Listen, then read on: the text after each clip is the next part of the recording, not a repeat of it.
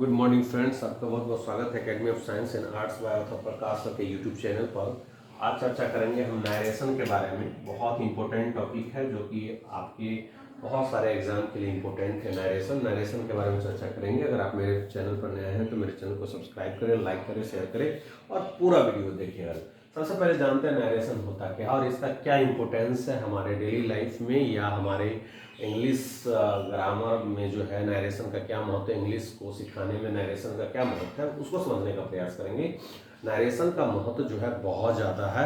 जैसे आप paragraph writing कर रहे हैं या स्टोरी राइटिंग कर रहे हैं या नोवेल राइटिंग कर रहे हैं या आप ड्रामा राइटिंग कर रहे हैं या कुछ भी आप लिख रहे हैं, स्पीच देने जा रहे हैं या आप कम्युनिकेशन स्किल को इम्प्रूव करना चाहते हैं या आप लेटर राइटिंग कर रहे हैं, एप्लीकेशन राइटिंग कर रहे हैं, ईमेल लिख रहे हैं, मैसेज लिख रहे हैं, सब में नरेशन की बहुत आवश्यकता होती है।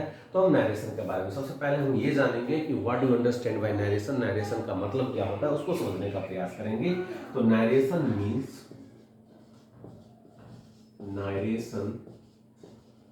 Means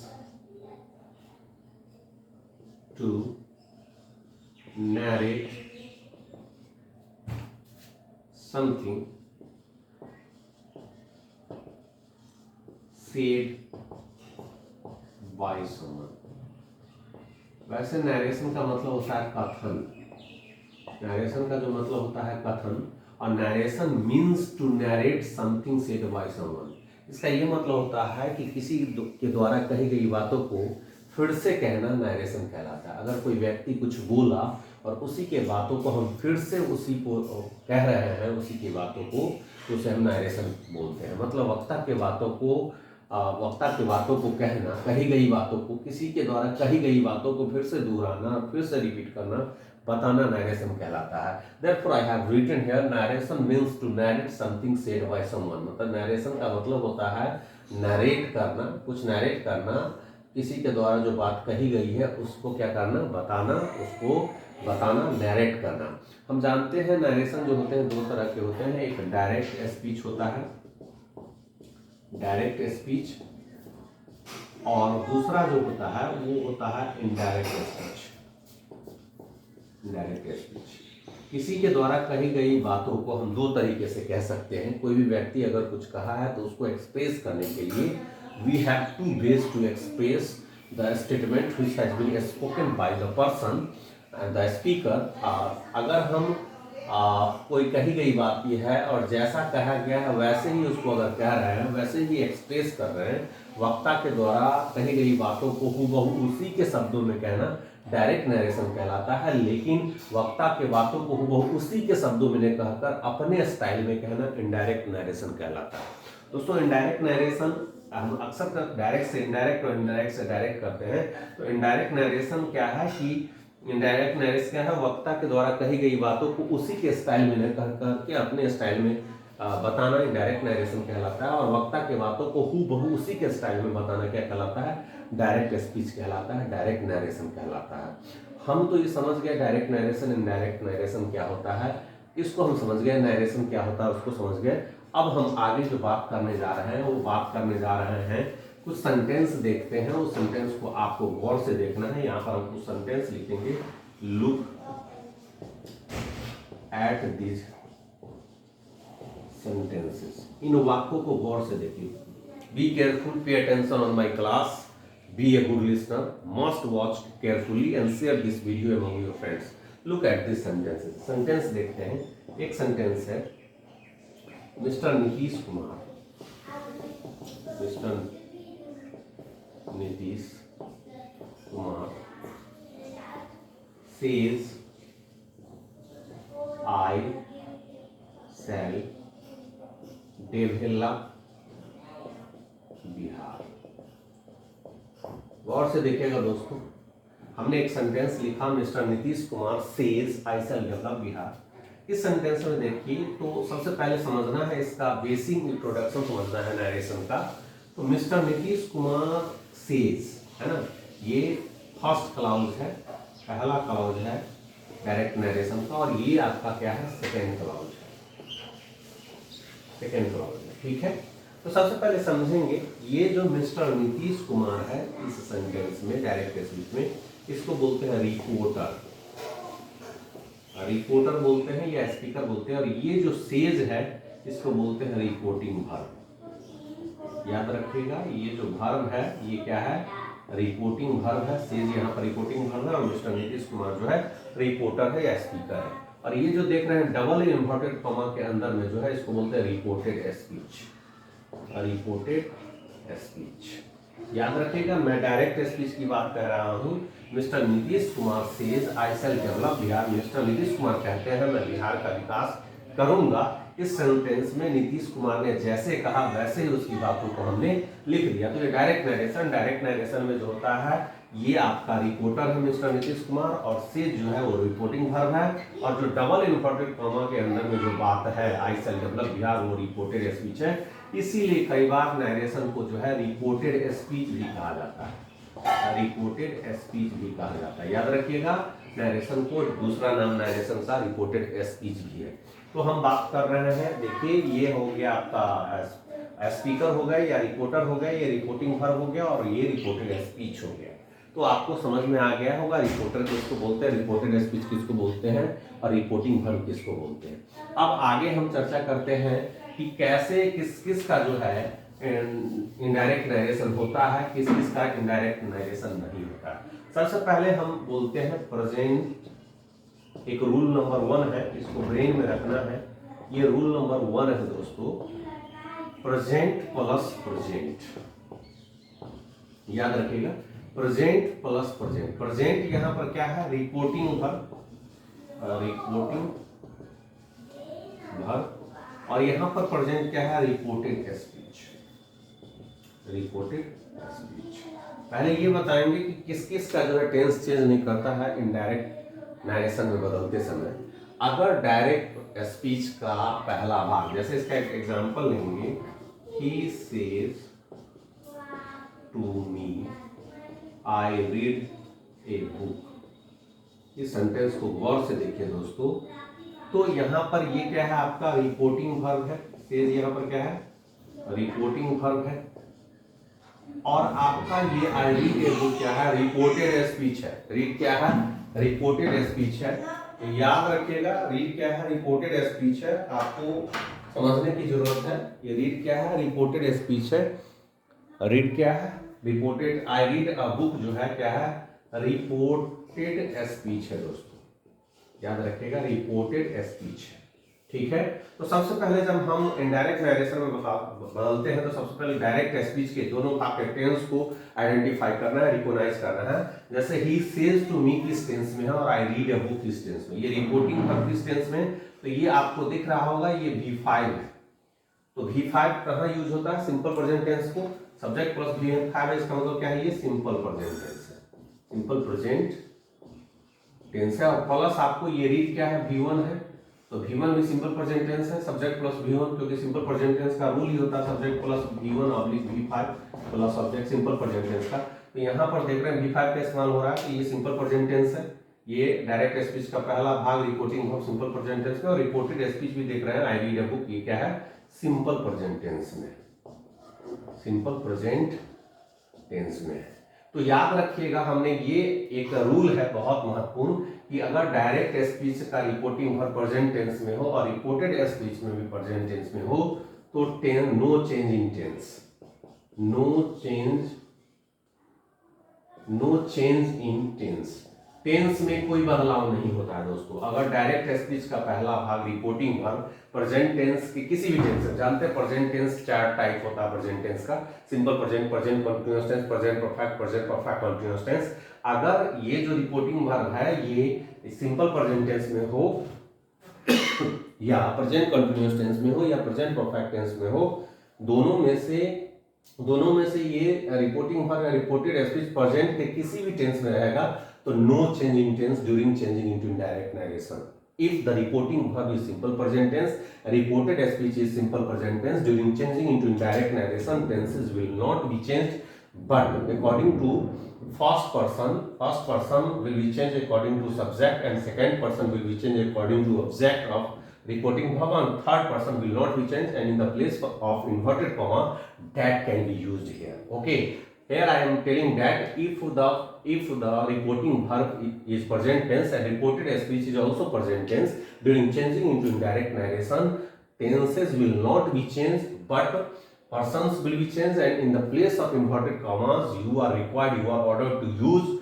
what, that. Here आप देख सकते हैं कि ये जो है सिंपल प्रेजेंट टेंस में, ये भी reported speech simple present tense में, रिपोर्टिंग वर्ब भी सिंपल प्रेजेंट टेंस में है, तो इसमें टेंस नहीं बदलेगा जब इसको इनडायरेक्ट नरेशन में बदलेंगे, क्योंकि ये डायरेक्ट है। ये जो अभी हम देख रहे हैं ये डायरेक्ट है, जब इसको इनडायरेक्ट में बदलेंगे तो इसका टेंस चेंज नहीं होगा। अगर यहाँ पर he is saying to me रहता, आई रीड ए बुक, तब भी टेंस नहीं चेंज होगा इनडायरेक्ट में, या he has said to me रहता तभी टेंस चेंज नहीं होगा, या he has been saying to me रहता तभी टेंस चेंज नहीं होता, या he says to me I am reading a book रहता तभी टेंस नहीं चेंज होगा, he says to me I have read a book रहता तभी चेंज नहीं होता, he says to me I have been reading a book तभी tense change नहीं होता, क्योंकि प्रेजेंट का मतलब होता है चारों tense, simple present, present continuous, present perfect continuous tense, reporting verb या रिपोर्टेड टेंस में प्रेजेंट का कोई भी टेंस रहेगा तो इनडायरेक्ट नरेशन बदलते समय टेंस नहीं बदलेगा बल्कि पर्सन बदलेगा। हम आपको बता दें, फर्स्ट पर्सन सब्जेक्ट के अनुसार, सेकंड पर्सन ऑब्जेक्ट के अनुसार, third person no change, SON son, मतलब फर्स्ट पर्सन जो है रिपोर्टेड स्पीच का फर्स्ट पर्सन जो है किसके अनुसार चेंज हो जाएगा, ये चेंज हो जाएगा आपको सब्जेक्ट के अनुसार, और यहाँ पर अगर सेकंड पर्सन रहता, यू रहता, तो वो मी के अनुसार चेंज हो जाता। अगर यहाँ पर ही सी इट और किसी का नाम रहता तो ये कभी नहीं बदलता है, थर्ड पर्सन चेंज नहीं होता है। अगर हम इसका इनडायरेक्ट नरेशन यहाँ पर बनाए इसका, तो क्या हो जाएगा, he says to me, double inverted comma को हटाइएगा तो क्या हो जाएगा, डैड, और फर्स्ट पर्सन सब्जेक्ट के अनुसार तो क्या हो जाएगा, यहाँ पर भी ही हो जाएगा, ही रीड्स ए बुक। आप कहिएगा सर यहाँ रीड है, यहाँ रीड्स क्यों लगा दी, क्योंकि सब्जेक्ट चेंज हुआ, थर्ड पर्सन के साथ हम ही फाइव लगाते हैं, थर्ड पर्सन सिंगुलर है ही, इसलिए इसका रीड्स ए बुक हो गया, मतलब फर्स्ट पर्सन सब्जेक्ट के अनुसार चेंज होगा, आई जो है ही में टर्न हो गया, और ये सिंपल प्रेजेंट टेंस है तो ये सिंपल प्रेजेंट टेंस ही रह गया, और ये simple present tense says to है तो सेज टू भी यूज कर सकते हैं, क्योंकि नरेशन जो होता है, narration is a type of transformation in which a sentence alters one form to another form without changing its meaning. Narration क्या है, एक रूपांतरण है, एक स्टाइल है, एक फॉर्म से दूसरे फॉर्म में जब सेंटेंस को हमको बदलना है, बिना चेंज करना है, बिना ही अर्थ चेंज किए हुए। वह मुझसे कहता है मैं किताब पढ़ता हूं, या वह मुझसे कहता है कि वह किताब पढ़ता है। दो तरीके से हम बातों को कह रहे हैं यहाँ पर। एक, वक्ता जैसे कहा वैसे ही कह दिए। इस सेंटेंस में वक्ता कहा, क्या कहा कि वह मुझसे कहता है मैं किताब पढ़ता हूं, लेकिन इसको अपने स्टाइल में वह मुझसे कहता है कि वह किताब पढ़ता है। यहाँ पर सेज टू की जगह आप टेल्स का भी इस्तेमाल कर सकते हैं, क्योंकि टेल्स के बाद जो है, टेल्स जो है क्या है, ट्रांजिटिव वर्ब, ट्रांजिटिव वर्ब के बाद प्रीपोजिशन का यूज नहीं किया जाता। आप अपने दिमाग में लिख डालिए, ट्रांजिटिव वर्ब के बाद जो है प्रीपोजिशन का प्रयोग नहीं किया जाता है, लेकिन ट्रांजिटिव वर्ब के बाद हमेशा प्रीपोजिशन का इस्तेमाल किया जाता है। जैसा कि आप देख रहे हैं, सेज जो है ट्रांजिटिव वर्ब, और उसके बाद जो है प्रीपोजिशन टू का इस्तेमाल किया गया। आप ही सेज टू मी भी कह सकते हैं, और ही टेल्स मी, वह मुझसे कहता है, ही सेज टू मी भी बोल सकते हैं, और ही टेल्स मी भी बोल सकते हैं। इसलिए he says to me that he reads a book क्या हो गया, आपका इनडायरेक्ट नरेशन हो गया किसका, he says to me I read a book. क्योंकि प्रेजेंट अगर रिपोर्टिंग पर प्रेजेंट टेंस में हो और रिपोर्टेड स्पीच भी प्रेजेंट टेंस में हो, तो इसको इनडायरेक्ट नरेशन बदलते समय जो है टेंस में चेंज नहीं होता है। जैसे अगर यहाँ पर देखते हैं दोस्तों, समझने का प्रयास करते हैं। यहीं पर अगर दूसरा पॉइंट जैसे रहे, he says I am reading. देखिए, सबसे पहले जब आप नरेशन बना रहे हो तो आपको ये याद रहना चाहिए कौन सा टेंस है। सबसे पहले टेंस पहचानिए। ये V5 है तो V5 देखो, V5 ठोको, सिंपल प्रेजेंट टेंस। जहां पर भी आपको V5 नजर आए, V5 का मतलब वो सिंपल प्रेजेंट टेंस में ही V5 का इस्तेमाल होता है। तो यहाँ पर क्या है, इसको हम SPT सिंपल प्रेजेंट टेंस को लिख सकते हैं। और ये क्या है, इज एम आर और घर में ING जहां पर भी देखे तो उसे प्रेजेंट कंटिन्यूअस टेंस आप देख सकते हैं। तो ये क्या है, प्रेजेंट कंटिन्यूअस टेंस है दोस्तों, प्रेजेंट कंटिन्यूअस टेंस। याद रखिए दोस्तों, ये सिंपल प्रेजेंट टेंस, प्रेजेंट, ये भी प्रेजेंट, ये भी प्रेजेंट। हमने क्या क्या, प्रेजेंट का ये सिंपल प्रेजेंट टेंस है, और ये प्रेजेंट का क्या है, प्रेजेंट कंटिन्यूअस टेंस है। तो इसमें भी जो है टेंस नहीं बदले, नो चेंज इन टेंस। सिर्फ इसमें क्या लगेगा, इन्वर्टेड कॉमा हटा के दैट लगेगा। क्या लगेगा, ही सेज दैट, आई किस में बदल जाएगा, ही में बदल जाएगा, ही इज रीडिंग हो जाएगा दोस्तों। ध्यान दीजिएगा दोस्तों, देखिए यहाँ प्रेजेंट कंटिन्यूस, प्रेजेंट के किसी भी टेंस में अगर रिपोर्टिंग वर्ब रहे या रिपोर्टेड स्पीच रहे, दोनों प्रेजेंट में ही रहना चाहिए, वो टेंस नहीं बदलेगा।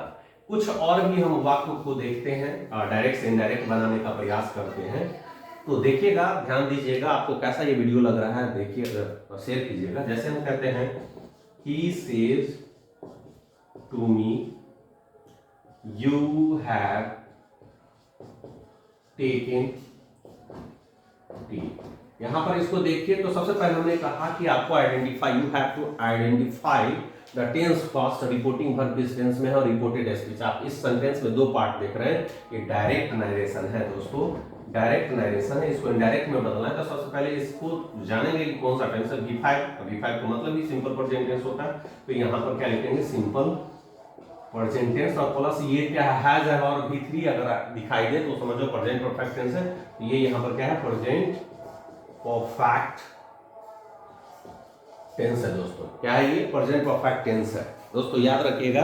पहला भाग सिंपल प्रेजेंट टेंस में, दूसरा जो है किस में है, प्रेजेंट परफेक्ट टेंस में है। तो इसको अगर इनडायरेक्ट स्पीच में बदलेंगे तो क्या होगा, सिर्फ जो है यहाँ पर लिखेंगे he says to me, inverted comma के जगह डेट लगाएंगे। सेकंड पर्सन किस कौन सा, ऑब्जेक्ट, ऑब्जेक्टिव केस में मी है तो सब्जेक्टिव केस में क्या हो जाएगा, आई, और ये क्या रहेगा, आई हैव टेकन टी। हमने क्या कहा कि अगर दोनों reporting verb simple present tense में है और रिपोर्टेड स्पीच भी सिंपल प्रेजेंट टेंस में है, तो चेंज करेंगे डायरेक्ट नरेशन में, तो टेंस नहीं चेंज करेगा, टेंस नहीं बदलेगा। टेंस हमने नहीं चेंज किया, पर्सन बदल रहे हैं, प्रोनाउन का person, second person is change, second person is change according to the object of reporting verb के ऑब्जेक्ट के अनुसार ये बदल जाता है।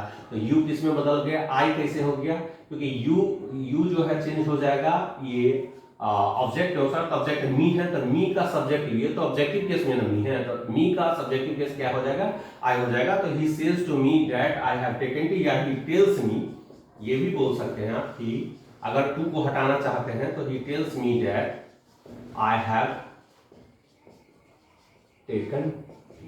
याद रखिएगा दोस्तों, ये जो है इंपोर्टेंट तरीका है नरेशन बनाने का। बहुत सारे रूल्स के जंजाल में नहीं पड़ना है, आपको ऐसे समझने का प्रयास करना है। अब हम आगे देखते हैं, अब रूल नंबर 2 देखते हैं। रूल नंबर 2 क्या कह रहा है उसको समझने का प्रयास करते हैं। अब रूल नंबर 2 अगर देखें तो रूल नंबर क्या है 2, उसको देखते हैं। रूल नंबर अगर हम 2 देखने का प्रयास करते हैं तो है प्रेजेंट प्लस फ्यूचर। यहां पर भी जो है टेंस चेंज नहीं होता, याद रखिएगा। प्रेजेंट प्लस फ्यूचर में भी टेंस चेंज नहीं होता। अगर डायरेक्ट स्पीच का रिपोर्टिंग में प्रेजेंट टेंस के किसी भी टेंस में हो, और अगर रिपोर्टेड स्पीच भी फ्यूचर टेंस के किसी भी टेंस में हो, तो टेंस चेंज नहीं होगा। जैसे एग्जांपल अगर हम ले ले, let us have an example of this rule. Direct में क्या बोलेंगे, he says to me, he says to me I shall speak, I shall speak। इसको गौर से देखिए, he says to me I shall speak। तो यहाँ पर देखिए, सबसे पहले हमने कहा जब भी आप नरेशन बना रहे हैं तो सबसे पहले आपको टेंस आना चाहिए। टेंस आएगा तभी आप नरेशन को समझ सकते हैं। तो ये कौन सा टेंस है, V5। V5 का मतलब होता है सिंपल प्रेजेंट है, तो इसको SPT लिख सकते हैं। और यहाँ पर शैल और V1 है, शैल और V1 है, तो शैल, विल और V1 किसको बोलते हैं, सिंपल फ्यूचर टेंस। तो यहाँ पर क्या लिखेंगे, सिंपल फ्यूचर टेंस। सबसे पहले आपको टेंस को पहचानना है कि ये रिपोर्टिंग वर्ब किस टेंस में है और ये जो रिपोर्टेड स्पीच है वो किस टेंस में। तो reported speech simple future tense में और reporting verb simple present tense में है। तो इनडायरेक्ट स्पीच हमने कहा कि ये प्रेजेंट के किसी भी टेंस में रहे रिपोर्टिंग वर्ब, यहाँ पर इज सेइंग रहे या हैज सेड रहे या हैज बीन सेइंग रहे, प्रेजेंट के किसी भी टेंस में रहेगा। ये फ्यूचर के किसी भी टेंस में शैल बी स्पीकिंग रहे, शैल हैव स्पोकन रहे या शैल हैव बीन स्पीकिंग रहे, तो टेंस चेंज नहीं होगा। याद रखिए, tense will not be change. Therefore, I tell you, if the reporting verb of direct speech is present tense and reported speech is future tense, during changing into indirect narration, tenses will not be changed, but in the place of inverted comma, that can be used, and first person will be changed according to the subject, second person will be changed according to the object, and third person will not be changed. You must remember this point friends, because it is very important to understand. It is very compulsory to understand that whenever you are trying to turn into indirect narration, then you have to follow these things. You have to keep into your mind these things. Just we say इसको indirect बनाएंगे तो क्या होगा? He says to me that he will speak. अब यहां पर कहेंगे कि I किसमें first person is change according to the subject, तो सब्जेक्ट क्या है? ही हो गया, और आई के साथ शैल लगता है तो ही के साथ क्या लगेगा? विल लगेगा, वो चेंज करेंगे। यहाँ पर आप टेल्स भी लिख सकते हैं, he tells me that he will speak. तो आपको समझ में आ गया होगा ये प्रेजेंट और फ्यूचर का रूल नंबर सेकेंड। प्रेजेंट के किसी भी टेंस में अगर रहे ये रिपोर्टिंग वर्ब, और फ्यूचर के किसी भी टेंस में, या अगर ऐसा भी कर सकते हैं कि अगर हम कह दें फ्यूचर और प्लस प्रेजेंट, अगर एक रूल ये रहे, रूल नंबर 3, अगर रिपोर्टिंग वर्ब जो है आपको फ्यूचर टेंस में हो और रिपोर्टेड स्पीच प्रेजेंट टेंस में, तब भी जो है टेंस में चेंजिंग नहीं होगा। इसको भी देख लेते हैं हम लोग, एक रूल देख लेते हैं, रूल नंबर 3 देख लेते हैं कि अगर रिपोर्टिंग वर्ब फ्यूचर हो और रिपोर्टेड स्पीच क्या हो? प्रेजेंट हो, तो क्या टेंस चेंज होगा? नहीं होगा। टेंस चाहे वो रिपोर्टिंग वर्ब में प्रेजेंट हो या रिपोर्टेड स्पीच में प्रेजेंट हो, या अगर रिपोर्टिंग वर्ब जो है वो प्रेजेंट टेंस हो या रिपोर्टेड स्पीच प्रेजेंट टेंस हो, ये दोनों इसके जगह ये और इसके जगह ये रहे, तब भी जो है क्या होता है? डायरेक्ट नरेशन में जो है टेंस चेंज नहीं होगा। तो फ्यूचर अगर लिखेंगे तो क्या होगा? आई शैल से आई प्ले, ये हो गया। मैं कहूंगा मैं खेलता हूं, तो ये क्या हो गया? सिंपल फ्यूचर टेंस हो गया। शैल प्लस V1 सिंपल फ्यूचर हो गया। सबसे पहले हमको क्या करना है? टेंस रिकॉग्नाइज करना है, और ये क्या है? सिंपल प्रेजेंट टेंस है, सिंपल प्रेजेंट टेंस है। तो हमने क्या कहा? ये फ्यूचर के किसी टेंस में रहेगा रिपोर्टिंग वर्ब, और प्रेजेंट टेंस के किसी भी टेंस में रहेगा रिपोर्टेड स्पीच। तो टेंस नहीं बदलेगा, सिर्फ क्या लगेगा? दैट लगेगा और पर्सन चेंज होगा। आई शैल से दैट आई प्ले, क्योंकि आई जो है किसके अनुसार? आई है तो आई ही रह जाएगा। इनडायरेक्ट नरेशन, ये हो गया आपका डायरेक्ट और ये हो गया आपका इनडायरेक्ट, याद रखेंगे। कुछ और एग्जांपल हम देख लेते हैं दोस्तों, कुछ एग्जांपल और देखते हैं। जैसे कहते हैं he will say to me he is reading, वह मुझसे कहेगा वह पढ़ रहा है। तो यहां पर ये कौन सा टेंस है? तो ये सिंपल फ्यूचर टेंस है। सबसे पहले रिपोर्टिंग वर्ब देखिए किस टेंस में है?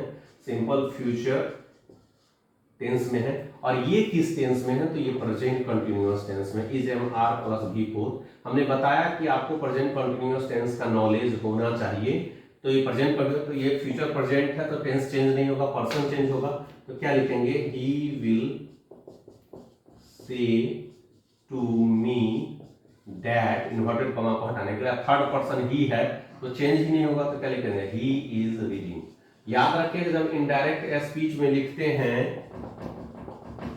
इनडायरेक्ट स्पीच में आप लिखते हैं तो देख रहे होंगे आप, यहाँ पर ही का एच कैपिटल था, लेकिन यहाँ पर ही का एच स्मॉल हो गया। ये याद रखिएगा। इनडायरेक्ट स्पीच बदलते समय इन्वर्टेड कॉमा जब हटा देते हैं तो ही सारा का सारा स्मॉल लेटर में होता है। तो दोस्तों ये वीडियो कैसा लग रहा है जरूर कमेंट करें, लाइक करें और शेयर करें। अगले एपिसोड में हम इसके आगे के एपिसोड आप चाहते हैं तो कमेंट करें, लाइक करें। आपको ये वीडियो कैसा लगा सब्सक्राइब करें मेरे चैनल को, और अगर आप नरेशन का और वीडियो चाहते हैं तो आप कमेंट करें, तभी मैं अपलोड करूंगा, नहीं तो नहीं करूंगा। इसलिए आप लोगों से गुजारिश है, रिक्वेस्ट है कि आप कमेंट करें कि ये वीडियो कैसा लगा, और ज्यादा से ज्यादा मेरे वीडियो को शेयर करें, लाइक करें, सब्सक्राइब करें। जय हिंद, वंदे मातरम।